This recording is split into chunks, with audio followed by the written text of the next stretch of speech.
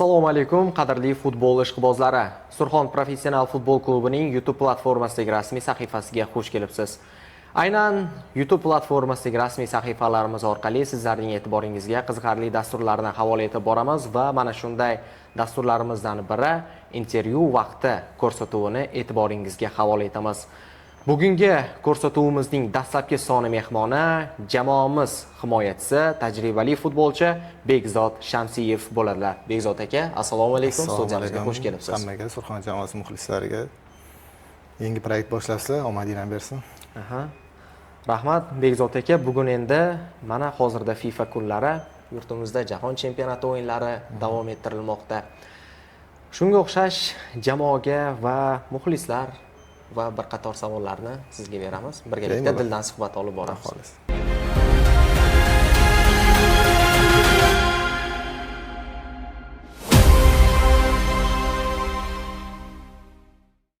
Bekzod aka, mana Superligamizda hozircha qisqacha tanaffusga chiqamiz va ortda qolgan o'yinlarni qanday baholaysiz? Jamoa o'z oldiga qo'ygan vazifani qay darajada bajara oldi? Birinchi mavsumni qiyin boshladik. Qiyin davralar bo'ldi. Murabbiy o'zgardi. Yangi murabbiyga ko'nikish qiyin bo'ldi boshida. Shunga qaramasdan ochkolar to'pladik. Qiyin o'yinlarda olib chiqib ketdik komandani. Kerakli g'alabalar bo'ldi, kerak emas mag'lubiyatlar ham bo'ldi. Undan ham yaxshi rezultat qila olamiz, ko'zimiz yetadi. Ikkinchi davra bor. Bemalol o'zimizning maqsadimizga yeta olamiz. Bekzod aka, mana ortda qolgan uchrashuvlardan umumiy xulosa qilib aytganda, jamoaning qay jihatlari sizga ma'qul kelmoqda va yana qaysi tomonlar bo'yicha yanada ishlash kerak deb o'ylaysiz? Har bitta pozitsiyada hamma o'zini ustida ishlab kuchayish kerak.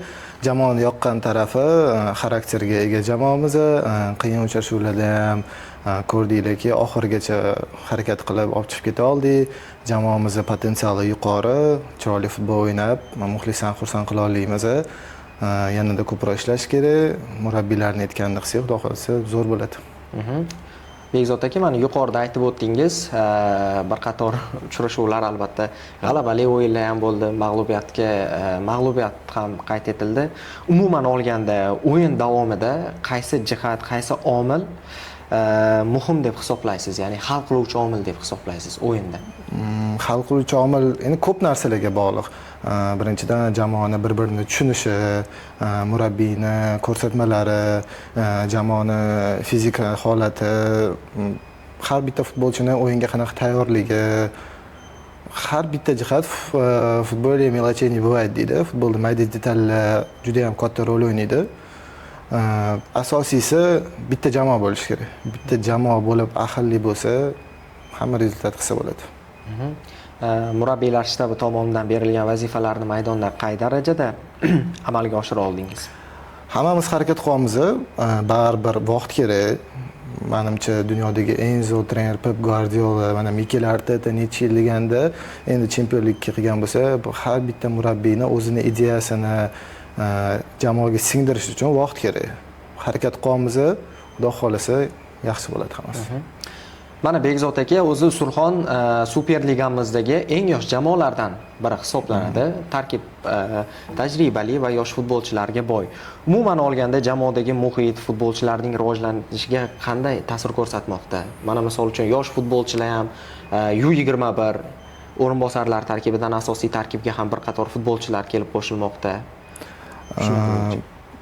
Yosh jamoa bo'lgani bir tomonlama yaxshi, baribir donor jamoa bo'lamiz. Yaxshi o'yinchilarni yetkazib chiqazamiz. Mana o'tgan yil kelganlar ham Rustam Turdimurodovga ancha yordam berdi.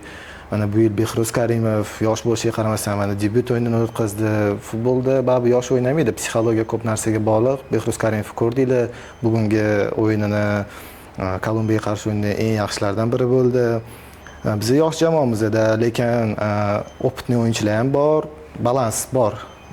Yosh o'yinchilar bilan opitli o'yinchilar balansi bo'lsa, yaxshi rezultat bo'ladi komandaga. o'sish bo'ladi. O'sish bo'ladi. Albatta, faqat yosh o'yinchilar bilan rezultat qilib bo'lmaydi. Opitni o'yinchilar ham kerak. Albatta. Lekin yoshlarga ham e'tibor berish kerak. To'g'ri, o'sha jamoada shunday tizim borki, ya'ni o'sha yosh futbolchilarning oldiga sizdek tajribali futbolchilarni qo'shib, albatta bu yosh futbolchilar uchun ham o'ziga xos tajriba maydonchasi bo'ladi, o'sishga xizmat qiladi. Jamoa o'z oldiga qo'ygan vazifalarga, maqsadlarga erishish uchun nimalarga alohida e'tibor qaratish lozim deb hisoblaysiz? Har bitta futbolchi mashg'ulotlarda har o'sish kerak, disiplina kerak, trenirovkalarda maksimumini berish kerak, uyqu rejim hammasi bo'lishi kerak. Trenerlarni ko'rsatgan taktik amal o'shani tezroq anglashga harakat qilish kerak. Shunda o'sish bo'ladi. Bekzod aka, mana faoliyatingiz davomida juda ham ko'plab murabbiylar bilan ish olib borgansiz. Terma jamoada ham, ya'ni o'sha yoshlar terma jamoasida ham, bir qator klublarda ham, o'zi umuman olganda murabbiylar shtabi bilan ishlash jarayoni sizga ko'proq o'zingizga nimalarni olasiz? Mana shu murabbiylar. Endi har bitta murabbiyni o'zini ko'rishi bor, futbolga qanaqa bo'lgan ko'rishi. Timur Kabadze bilan ishlaganman, Stanislav Kudryshov, Sergey Tokov, Anvar aka G'ofurov. Bular bilan har bittasi har xil, ulardan eng yaxshisini olish kerak. Eng yaxshisini olish kerak. Har doim o'rganish kerak. Trenerlardan nimadir o'rgansangiz, va foydasi bo'ladi. O'zingiz chiniqasiz, ko'nikasiz, eng yaxshilarini olsangiz, babu futbolistlar trenerlarni aytganini qilish kerak. Biza xizmatchimiz, trenerlar nima deyotganimiz o'shani qilish kerak.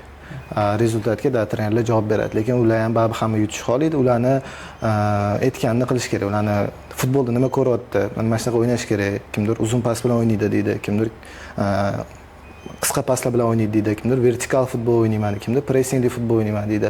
Qaysi murabbiy? Hamma murabbiyni aytganini qilish kerak babu. Biz futbolistimiz, bizning ishimiz murabbiylar aytganini qilish. Ortda qolgan o'yinlarga nazar tashlaydigan bo'lsak, siz uchun eng qiyin bahs qaysi jamoaga qarshi kechgan o'yin bo'ldi?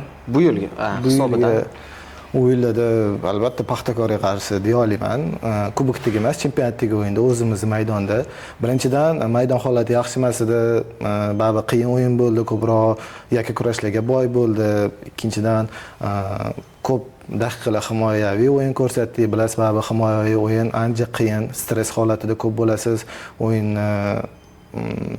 90 daqiqasi kerak bo'lsa, 100 daqiqasida oxirigacha konsentratsiya va vnimaniyada bo'lishingiz kerak. Eng qiyin o'yin bo'ldi, lekin yomon emas, rezultat durang, g'alaba qozonishimiz ham mumkin deb peshonamizda shuni yozilgan ekan, durang bo'ldi. Eng qiyin Paxtakor bilan deb o'ylayman. Eng yodda qolgan uchrashuvingiz? Eng yodda qolgan uchrashuv bu yilgisi Nasaf bilan ham qiyin o'yin bo'ldi. Yangi trener kelganida ancha narsa o'xshamadida, ko'nikish qiyin bo'ldi. Oxirida 91-daqiqada 1999-yildan beri yutib bo'ldi. Nasaf biz mehmonmiz-da, Samarqandda o'ynadik. Mehmon bo'lib turib, g'alaba qozonib ketish o'zgacha tuyg'u. Albatta, deyarli o'sha bir asr degandek. Shunaqa. Mana o'zingiz ham yuqorida aytib o'tdingiz, yangi murabbiy kelgan dedingiz. Ya'ni o'sha 3 tur ortib qolgandan keyin jamoa murabbiylar shtabida o'zgarishlar amalga oshirilib ketildi. O'zi umuman olganda mana shunday o'zgarishlar qandaydir o'sha moslashuv jarayonlari qiyin kechmaydimi? Endi bu futbolda kerak bo'lsa 1 yilda 3-4 trener o'zgaradi. Biz futbolistmizda shunga majburmiz, ko'nikishimizga. Endi peshonada shunaqa yozilgan ekan, trener o'zgardi. Harakat qilamiz, aytdim, vaqt kerak, baribir tushuntirayotgan narsalarni qilsa bo'ladi, bemalol hammamiz aytgan narsalarni qanchalik tez ko'nikib, qanchalik aytgan narsalarni qilsak, chiroyli futbol o'ynab, g'alaba qozonishimiz bemalol mumkin. Endi Bekzod aka, shaxsiy o'yin va mas'uliyatlaringiz haqida gaplashamiz. Ya'ni suhbat savollarimiz bor. O'z o'yiningizdan qay darajada qoniqish hosil qila oldingiz? Endi futbolist hech qachon o'zining o'yinidan menimcha qoniqish hosil qilish kerak emas. Albatta kerak bo'lsa jamoaga himoyada, kerak bo'lsa yarim himoyada yordam bera olaman. Milliy terma jamoani spiskasi yo'q ekanman, значит qoniqish hosil qilmadim. Dальше yana ishlash kerak. Xudo xolisa o'yinni kuchaytirishga harakat qilamiz. Shunaqa. Bekzod aka, o'z umuman olganda biz ko'pincha ko'ramiz, ko'p futbolchilar o'yindan keyin darhol telefonlarda o'sha o'yinni tahlil qilishga tushib ketishadi. Sizni tahlil qilish jarayoningiz qanday bo'ladi?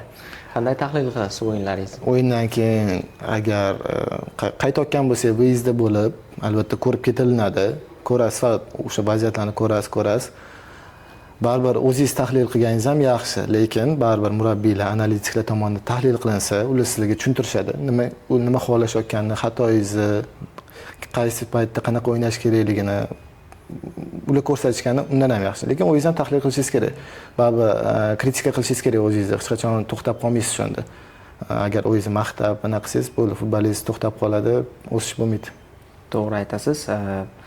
Sababi buni bir qator futbolchilar faoliyatida ham ko'zga tashlangan. Mana Bekzod aka, o'zi umuman olganda jamoa natijasi uchun shaxsiy mas'uliyatingizni qanday his qilasiz? Mana aytdim-ku, jamoaga kerak bo'lsa himoyada, kerak bo'lsa yarim himoyada, kerak bo'lsa darvozada ham turishga tayyormiz. Jamoani rezultati uchun murabbiy qayerda meni ko'rayotgan bo'lsa, qayerda hozir kerak bo'lsa, sezayotgan bo'lsa, o'sha yerda o'ynab berishga tayyorman. Oxirigacha kurashamiz. Baribir jamoa birinchi o'rinda, jamoa rezultatlari birinchi o'rinda. Shaxsiy manfaatingizni chetga surib qo'yasiz, jamoani rezultati uchun boringizni berasiz. 100% emas, 200% kuchingizni tashlab ketishingiz kerak. Shunaqa o'yinlar bo'ladi. Qat'ingizdir sal og'riyotgan bo'ladi, lekin siz jamoaga keraksiz.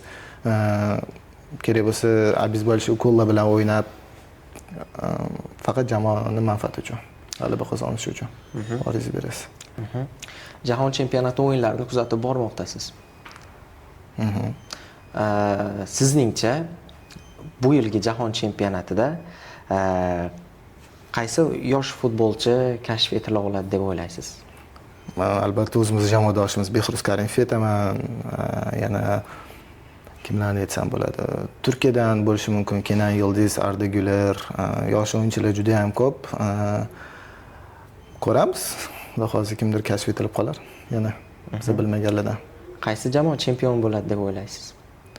Endi men to'g'risini aytsam, biror bir jamoaga muxlislik qilmayapman. Chiroyli o'yinlarni ko'rib, favoritlarni aytishim mumkin. Angliya favorit, Fransiyada individualniy napadeniyalari, Alisson, Mbappe, Doué kabi o'yinchilari bor.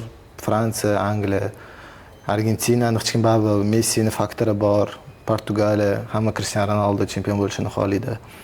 Germaniya bo'lishi mumkin, Ispaniyani hamma aytayapti.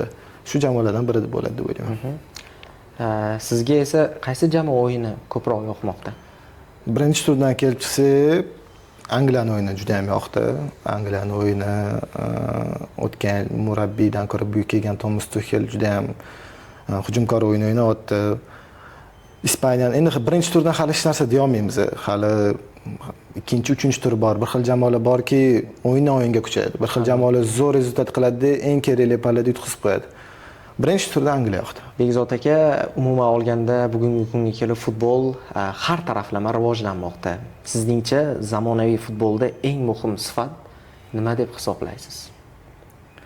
Sifatlar har bittasi muhim. Psixologik tayyorgarlik o'ta muhim. Individualniy tayyorgarlik bu ham muhim. Jamoaviy tayyorgarlik bu ham muhim. Fizik tayyorgarlik hammasi muhim. Shularning hammasi kerak. Hozir zamonaviy futbolda hamma narsa muhim. Mayda detallargacha muhim. Tayyorgarlik, sharoit, восстановление, питание hammasi kerak. O'shandagina baribir rezultat qilib bera oladi komanda. Bu mana milliy terma jamoamiz nima rezultat qildi? Mening fikrimcha juda ham katta o'zgarishlar bo'ldi. E'tibor kuchaydi. Qurilgan bazani qarang, ovqatlarni qarang qilishga hamma e'tibor, hamma narsa sharoitlar yaratib berildi. Mana sizga rezultat. Hozir hamma narsa muhim. Zamonaviy futbolda mелочи не бывает. Mayda detallar rol o'ynaydi, hamma narsa rol o'ynaydi. Albatta bu har bir futbolchi uchun ham o'sha o'zini o'sishi uchun ham albatta yaxshi tomonga xizmat qiladi. Bekzod aka, mana yuqorida aytib o'tdim, bir qator klublarda, shuningdek, yoshlar terma jamoalarida ham faoliyat olib borgansiz. Umuman olganda eng yodda qolgan holatlar bo'lganmi? Baribir endi har bir futbolchi futboldagi hayotida qandaydir bir qiziqarli holatlar, yodda qolarli lahzalar ko'p bo'ladi. Shular haqida ham gapirib bering. Yoshlar jamoasida masalan Paxtakorda 2 marta ikkinchi o'rin olganmiz. Juda ham alam qilgan. Oxirgi turlargacha kurashib, birinchilardan borib Olimpikda, Pro Ligadan Super Liga o'tish o'yinida Pro Liga hali jamoasi g'alaba qozonmagan, tarixga kirganmiz. U ham bo'ladi. Keyin Osiyo o'yinlarida 3-o'rinni olganmiz. 1994-yilda chempion bo'lishgandan keyin hali medal olinmadi. O'sha eng yodda qolarli o'yinlardan biri bo'lgan. Olimpiadaga borish nasib qilmagan, jarohat tufayli bo'lgan. U ham minus tarafdan desa, yodda qolarli desa bo'ladi. Surxon jamoasi bilan eng achinarli vaziyatlardan biri penaltili seriyasida Andijonga qarshi yarim final O'zbekiston Kubogida bitta to'p qolganda chiqadigan finalda alamli tarzda yutqizganmiz. Juda ham alam qilgan. O'tgan yili Buxoroga qarshi o'yin oxirgi o'yin stikovoy o'yinga tushib ketmaslik uchun juda ham emotsional o'yin bo'lgan. Maydonga qarshi soperniklarga qarshi kurashib g'alaba qozonganimizda ham juda ham yorqin xotiralar qolgan baribir. Shunaqa. Mana o'zingiz ham aytib o'tdingiz, olimpiadaga o'sha jarohat sabab olimpiya terma jamoamiz safida bora olmagansiz. O'z umuman olganda hozir juda ko'p yosh futbolchilarda bilmadim endi psixologik holat shundaymi? Shunaqa holat qayd etiladi, ya'ni o'sha penalti ura olmasa yoki gol ura olmasa futboldan sovish, haligi nima deydi, sohaga bo'lgan qiziqishi pasayib ketib qoladi. Mana shu yosh futbolchilarga shunday jarayonlardan qanday chiqib ketgansiz? Hayotiy tajribalaringizni gapirib bersangiz. Menda jarohatlar ko'p bo'lgan. Eng qiynalganim shu tizza jarohati bo'lgan, kristobrazniy va xochsimon pay uzilishi. Bundan reabilitatsiya, eng qiyin narsa reabilitatsiya. Buning uchun sizga baribir oila birinchi o'rinda muhim, oilani poddershkasi kerak. Menga xudoga shukr, oilam juda ham katta poddershka bo'lgan, ayolim, onam, opalarim, akalarim hammaligisi menga poddershka bo'lishgan. Endi tasavvur qiling, men orzu shu olimpikda bo'lganman, necha yildan beri hamma orzu olimpiadaga chiqish, olimpiadaga borish, jamoa olimpiadaga chiqdi, olimpiadaga boryapti, lekin siz yo'qsiz. Baribir juda ham katta stress bo'ladi, juda ham katta tushkunlikka tushiriladi, lekin endi Allohning irodasi peshonamizda shunaqa yozilgan ekan. Davom etish kerak, baribir harakat qilish kerak, hayot bunda to'xtab qolmaydi. Nechta futbolistlar bor, bundan 2-3 baravar qiyin jarohatlardan keyin ham chiqib kelgan. Bitta xochsimon pay uzilishi hech narsa emas. Glavniysi o'zingiz ustingizda ishlashingiz kerak. Keyinchalik bu jarohat bo'lmasligi uchun siz juda ham qattiq professional bo'lishingiz kerak.